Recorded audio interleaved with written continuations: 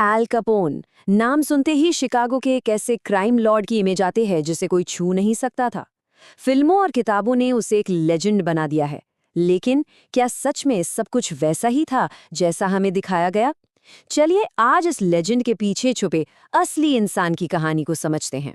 सोचिए, साल 1929 शिकागो में एक ऐसी खूनी वारदात होती है जो शहर को हिलाकर रख देती है।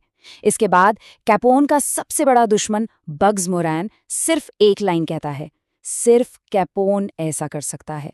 ये एक लाइन काफी थी उस डर और पावर को समझाने के लिए जो कैपोन ने उस दौर में बना रखी थी। लेकिन शिकागो का किंग बनने से बहुत पहले वो ब्रुकलिन की सड़कों पर पलने वाला एक आम सा लड़का था, एक इमिग्रेंट परिवार का बेटा। सपने बड़े थे और शायद इरादे उससे भी ज्यादा खतरनाक। तो 1899 में ब्रुकलिन न्यूयॉर्क में पैदा हुए एल कैपोन के पेरेंट्स इटली से एक बेहतर जिंदगी की उम्मीद में अमेरिका आए थे। लेकिन कैपोन की किस्मत में कुछ और ही लिखा था।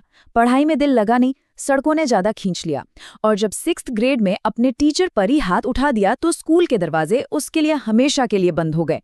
स्कूल से निकलने के बाद उसकी असली पढ़ाई शुरू हुई ब्रुकलिन की सड़कों पर, और यहाँ उसकी मुलाकात हुई जॉनी टोरियो से।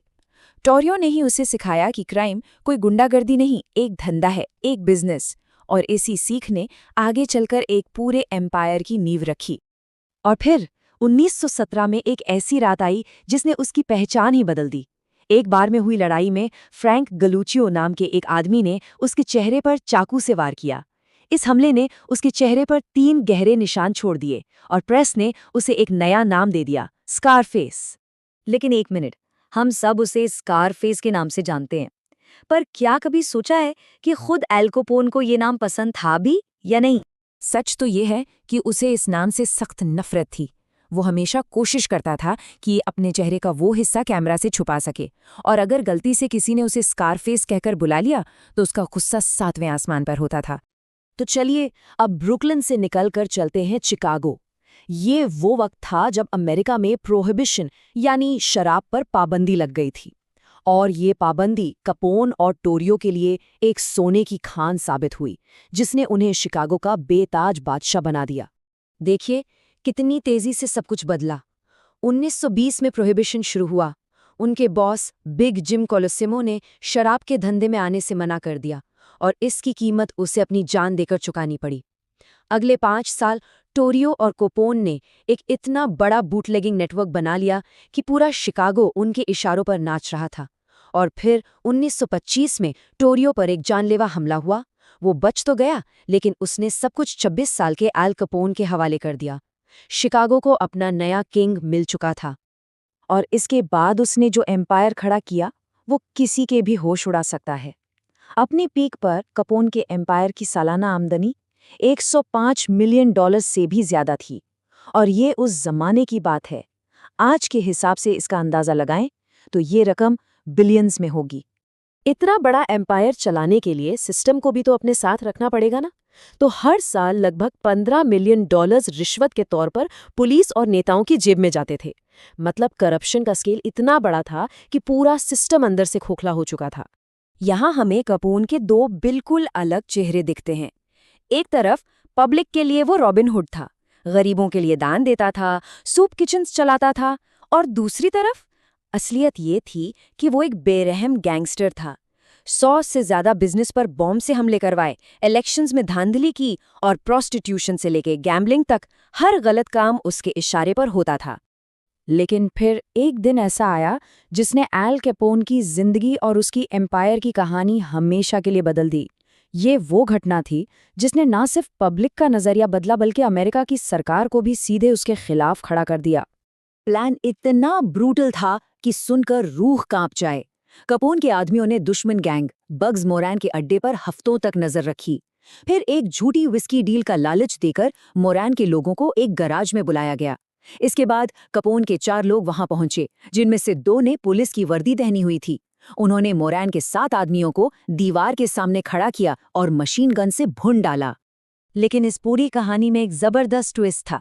जिसके लिए ये सब कुछ किया गया था, यानी बग्स मोरैन, वो उस दिन थोड़ा लेट हो गया। जैसे ही उसने दूर से पुलिस की गाड़ी देखी, वो वापस मुड़ गया। किस्मत ने उसे बचा लिया। जब इस कत्लेआम की तस्वीरें अखबारों में छपीं तो पूरे देश में तूफान आ गया। पब्लिक का गुस्सा इतना बढ़ा कि अमेरिका के प्रेसिडेंट हर्बर्ट हूवर को खुद ऑर्डर देना पड़ा। देश को कैपोन से मुक्त करना होगा। अब स्टेज सेट हो चुका था। फेडरल गवर्नमेंट ने 2 टीम्स को कैपोन को पकड़ने के काम पर लगा दिया। लेकिन यहाँ एक बहुत बड़ी गलतफहमी है जो फिल्मों की वजह से बनी है, उसे आज दूर करते हैं।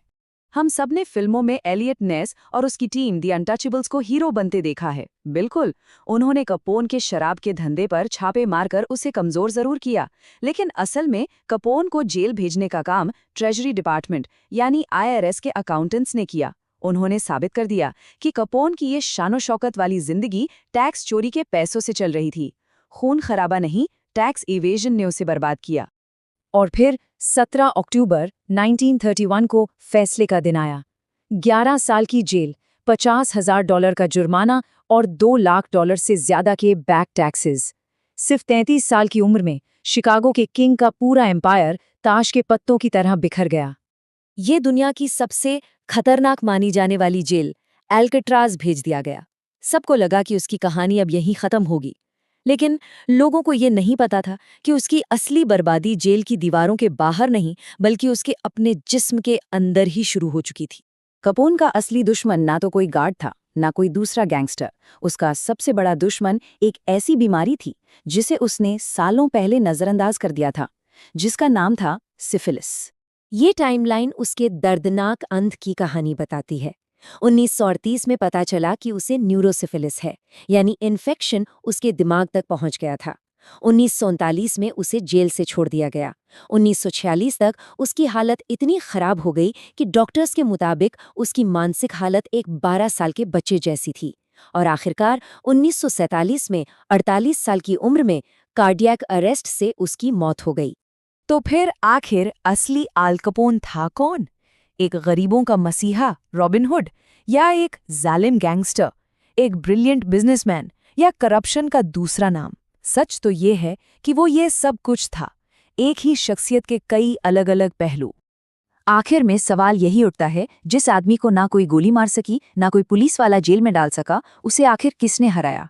जवाब है एक छोटी सी लापरवाही से नजरअंदाज की हुई बीमारी, जिसने इतिहास के सबसे खतरनाक क्रिमिनल्स में से एक को अंदर ही अंदर खत्म